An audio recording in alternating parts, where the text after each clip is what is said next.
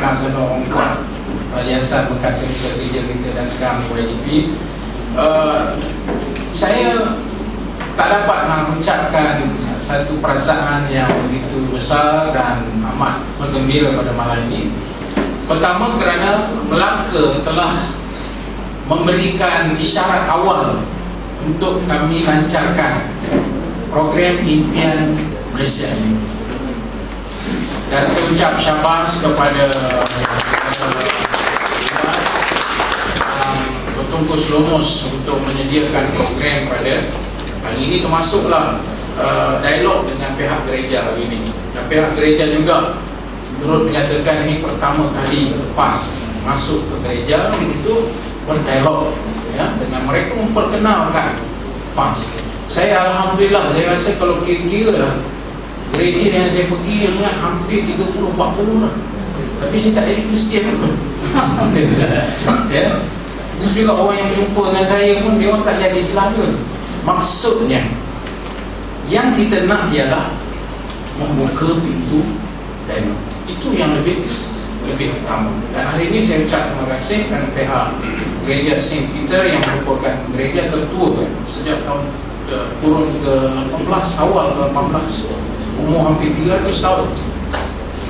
Saya menyebut kepada Michael tadi, kalau boleh biarlah ya, bangunan itu dikekalkan sebagai heritage, sebab sejarahnya yang begitu lama, sebagai satu orang kata apa, bahan sejarah, tanpa kita mengira apa saja agama dan kaum itu.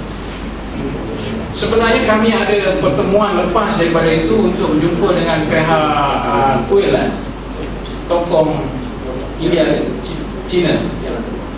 Sebab kami menjangkakan pertemuan tadi hanya nak sembang-sembang sambil minum teh, tetapi dia berlalu sampai 2 jam atas banyak persoalan-persoalan yang telah ditimbulkan. Maklumlah berpuluh tahun tak pernah jumpa. Jadi bila sekali berjumpa rasanya 2 jam tu tak cukup. Malam lepas minum tu sembang, nak masuk kereta sembang lagi.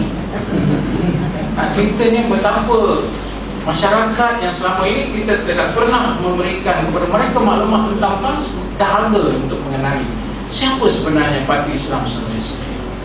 Dan alhamdulillah, seperti yang dimaklumkan, Lujnah Berpaduan Nasional sejak tahun 2010 sudah pun hampir seluruh negara termasuk Sabah dan Sarawak kita bertemu dengan pemimpin-pemimpin gereja dalam usaha untuk meredakan ya, hubungan yang semakin kita kata tegang di antara pihak gereja dan juga ya, penguasa-penguasa yang atas kepentingan sempit politik mereka cuba untuk menekan untuk mendapat mileage politik, bukan untuk nak menyelesaikan masalah.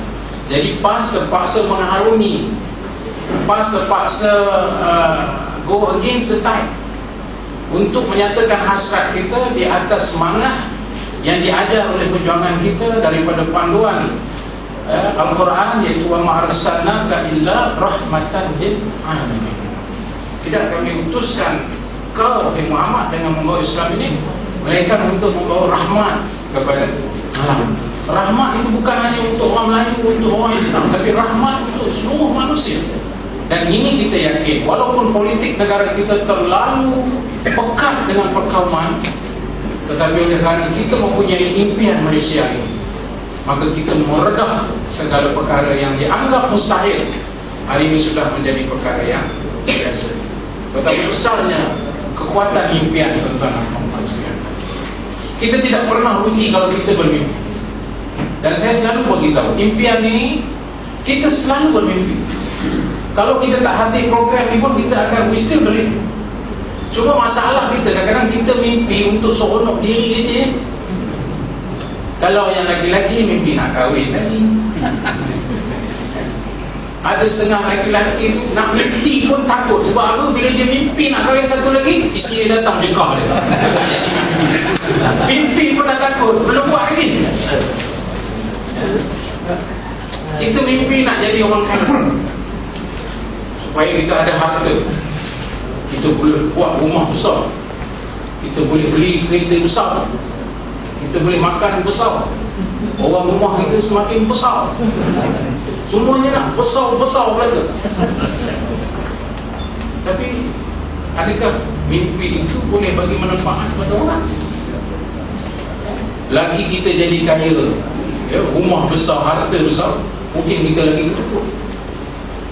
Pernah kita juga bermimpi untuk menjadi Perdana Menteri contohnya, atau untuk mimpi jadi YB. Saya tak pernah mimpi nak jadi YB tetap, ya, terjadi YB. Kita bermimpi untuk jadi orang yang terkenal, selebriti. Tidak salah mimpi itu semua. Tetapi yang salah ialah apabila mimpi itu hanya untuk kita. We are very selfish when we dream. Hari ini impian Malaysia datang untuk bagi tahu kepada seluruh rakyat, khususnya orang PAS. Mulai saat ini, waktu ini, bermimpi-mimpilah untuk kebaikan seluruh rakyat dan seluruh. Jangan mimpi untuk kita. Saya datang hari ini dengan harapan supaya kita berkongsi mimpi kita. Mimpi yang lebih besar ialah mimpi yang melibatkan orang ramai. Bahawa hidup yang paling bermakna bagi kita, orang yang melihat nilai kehidupan, ialah kita memberi kebaikan kepada orang lain. Dan kita sanggup berkorban supaya kebaikan ini dapat dikongsi oleh semua orang. Impian Malaysia bukan tentang individu. Impian Malaysia bukan tentang orang-orang tertentu. Impian Malaysia juga bukan tentang parti-parti tertentu. Sebab itu pada malam ini kita membariskan satu bentuk impian yang mewakili seluruh kelompok masyarakat. Apa yang dimimpikan oleh bekas tentera tadi telah diberitahu kepada kita. Dia impikan supaya tentera dibela. Dia impikan supaya mereka diberikan kebajikan. Dia impikan supaya harta ataupun simpanan mereka itu dibelanja dengan sebaiknya. Nah, satu impian yang kalau kita tak panggil di malam ini, kita tak tahu apa dia bermimpi. Rupanya mimpi dia adalah mimpi yang mulia. Impian yang cukup mulia mewakili kerabat yang hadir pada malam ini. Kita mendengar suara mahasiswa. Suara mahasiswa yang sentiasa menjadi benteng dan masa depan negara.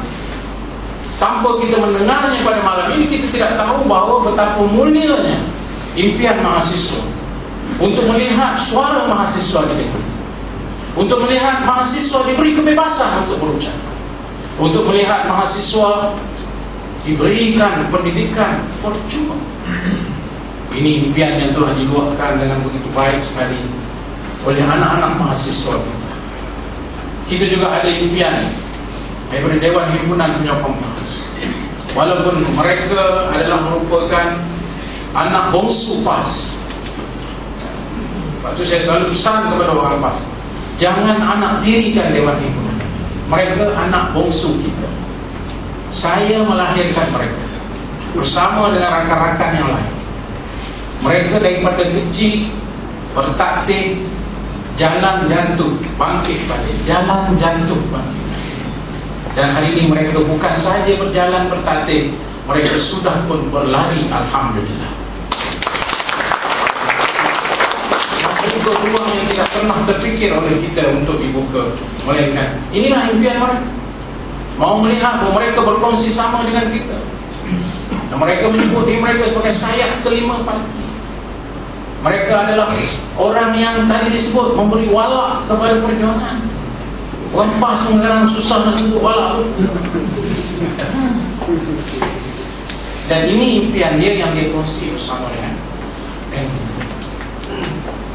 Saudara daripada V. Singham tadi bercakap tentang masa depan civil society. Dalam banyak artikel yang kalau tuan-tuan ikuti lah, tulisan saya dalam Malaysia Insider sebagai kolumnis tentang, saya selalu menyebut future of politics is not about politicians. Future of politics is about the bigger role of civil society. If there was to be any politician whatsoever, they must empower to give the bigger role of civil society. Nak kena terjemah tu, tak tepuk tangan kau tadi. peranan saya kata politik masa depan ialah apa? Bukan tentang ahli politik macam saya. We politicians talk rubbish. Janji tu, janji ni, janji tu, macam dia kata balik tidur. Tuan-tuan jangan tengok Barisan Nasional, kalau pemimpin Pakatan Rakyat membalik tidur, tuan-tuan kena gerak ni. Dia bukan asal Barisan Nasional kita hodak dia. Tapi time kita tak betul pun kita senyap. Tak boleh. Tak boleh. Sebab masa depan dalam politik tanah air bukan terletak kepada orang politik seperti saya. Kalau tuan-tuan tak percaya, di Greece hari ini yang bankrupt, orang politik kena ludah. Dia kata pasal kamu lah negara jadi. I don't want to be spit off in my face. Saya tak nak satu hari nanti orang ludah saya. Sebab itu saya menyatakan masa depan politik ialah memberikan kuasa kepada civil society. Kerana hanya civil society ataupun yang dinamakan sebagai masyarakat sivil sahaja yang mampu untuk mengawal kuasa yang ada kepada sebuah pemerintah.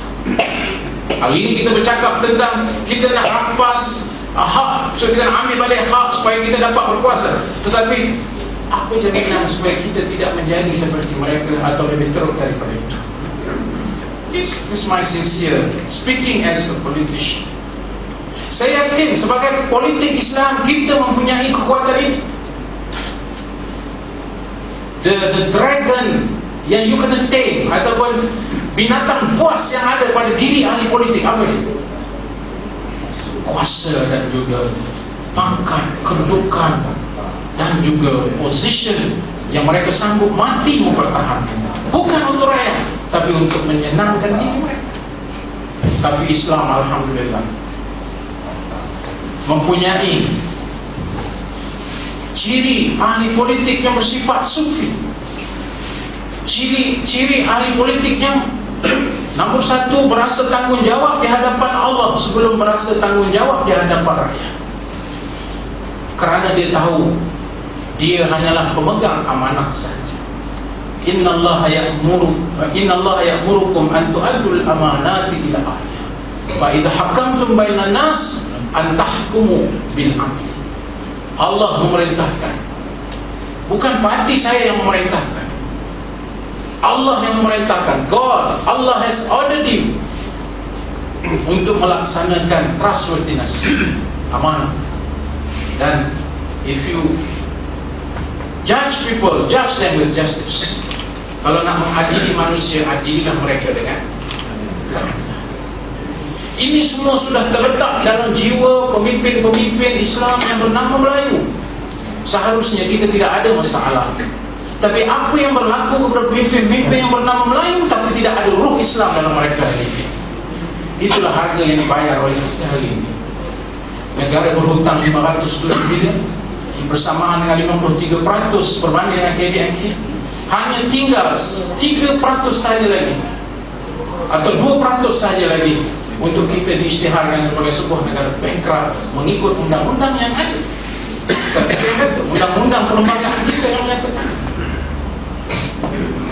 hutang sesi rumah meningkat 437 bilion, tertanggung dengan bebanan hidup, rumah, kereta yang tinggi harga. Itu tidak kira betapa senangnya pemimpin-pemimpin yang namanya Melayu ini untuk menjarah harta rakyat. Kalau rakyat disuruh untuk berjimat cermat dalam suasana negara yang tertekan, pemimpin bermewah-mewahan bukan dari poket mereka tapi daripada duit rakyat. Isteri mereka bersenang lenang dengan segala kemewahan, lalu bercakap kepada rakyat, kita dalam keadaan susah, kita kena berjimat cermat. Tak kala harga barang mahal, untuk mendapat sesuap nasi, kerajaan telah memberikan peruntukan supaya lembu diternak secara besar-besaran untuk memberikan daging yang murah kepada rakyat. Tapi apa yang kita dapati? Pengkhianatan. Bukan untuk mereka membiak kalbu, tapi mereka membeli kondominium. Mereka menjual daging itu di restoran mewah dengan harga yang mahal. Di mana aman? Di manakah roh seorang Muslim Melayu yang ada sufi dalam diri dia, bahwa dia takut kepada perintah-perintah dan juga arahan-arahan daripada Allah Subhanahu wa Ta'ala? Kita tidak ada masalah sebenarnya. Sebab itu PAS datang sebagai alternatif.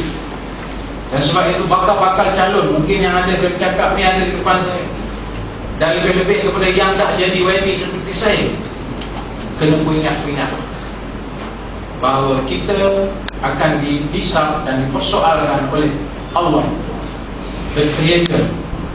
Kita akan ditanya. Dan soalan pertama yang ditanya ialah, apakah amanah yang telah kau lakukan kepada rakyat? Dan kalau kita tidak dapat jawab, maka itulah saat-saat kita akan berhadapan dengan siksaan daripada Allah Subhanahu wa Ta'ala. Jadi saya nak